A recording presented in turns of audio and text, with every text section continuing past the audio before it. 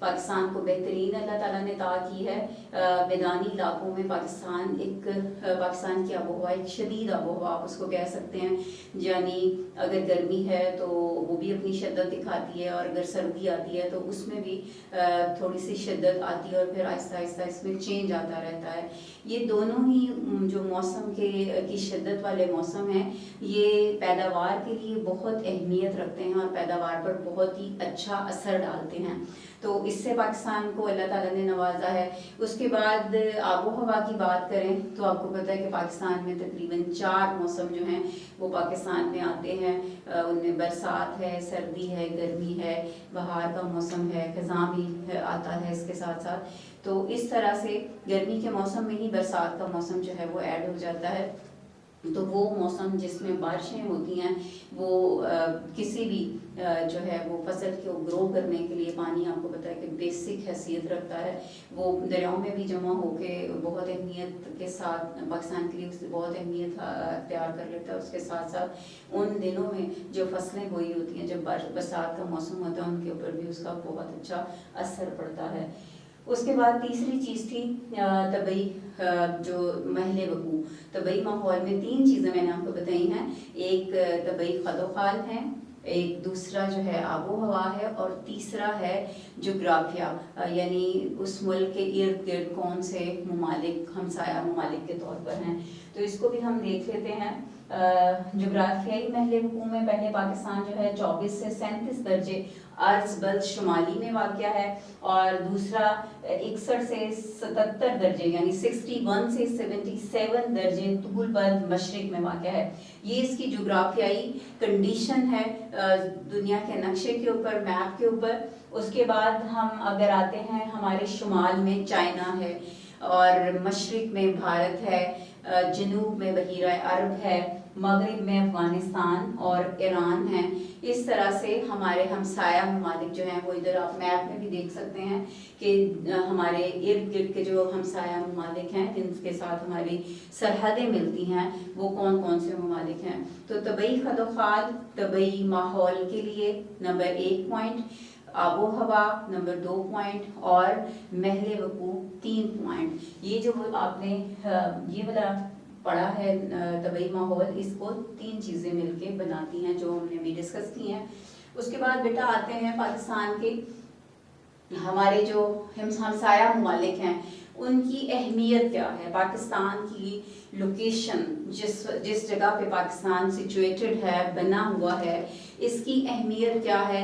تو ہاں، اہمیت کسی بھی چیز کی اس کے ارد گرد کے ماحول سے ہی بنتی ہے. تو ہمارے ارد گرد کے ممالک کی اگر ہم بات کریں تو سب سے پہلے ہم بات کریں گے چین کی یا چائنا کی بات کریں گے. آپ سب بہت اچھی طرح سے جانتے ہیں کہ پاکستان کا بہت ہی دیرینہ دوست ہے چین، اور چین کے ساتھ پاکستان کے بہت قریبی مراسم ہیں، بہت دوستانہ مراسم ہیں.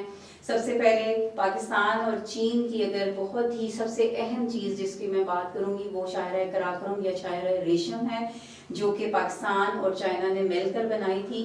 اور یہی سڑک پاکستان اور چائنا کو ملاتی بھی ہے، جس کی وجہ سے پاکستان کے اور چائنا کے درمیان تجارتی تعلقات میں بہت اضافہ ہوا.